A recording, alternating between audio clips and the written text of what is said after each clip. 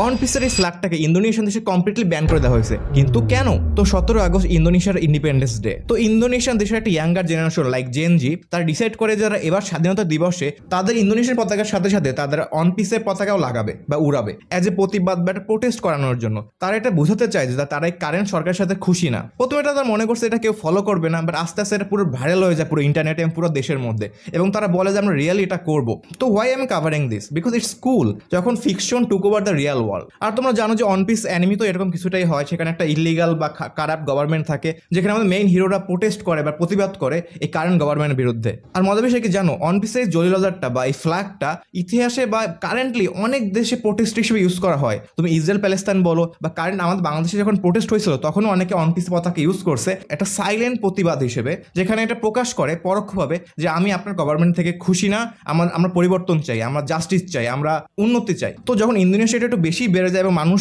Support করা শুরু করে এই জিনিসটাকে, তখন ইন্দোনেশিয়ান গভর্নমেন্ট এটা কি করে? ব্যান করে দেয়, যেটা আমাদের সাথে হয়েছিল আমাদের দেশে। যেমন আমাদের গভর্নমেন্ট অনেক কিছু ব্যান করে দেয়, ইন্টারনেট অফ করে দেয়, কত কিছু করেছে। তো তোমরা কি বলো? তোমরা কি এই জিনিসটাকে সাপোর্ট করো? সেটা নিচে কমেন্টে বলো।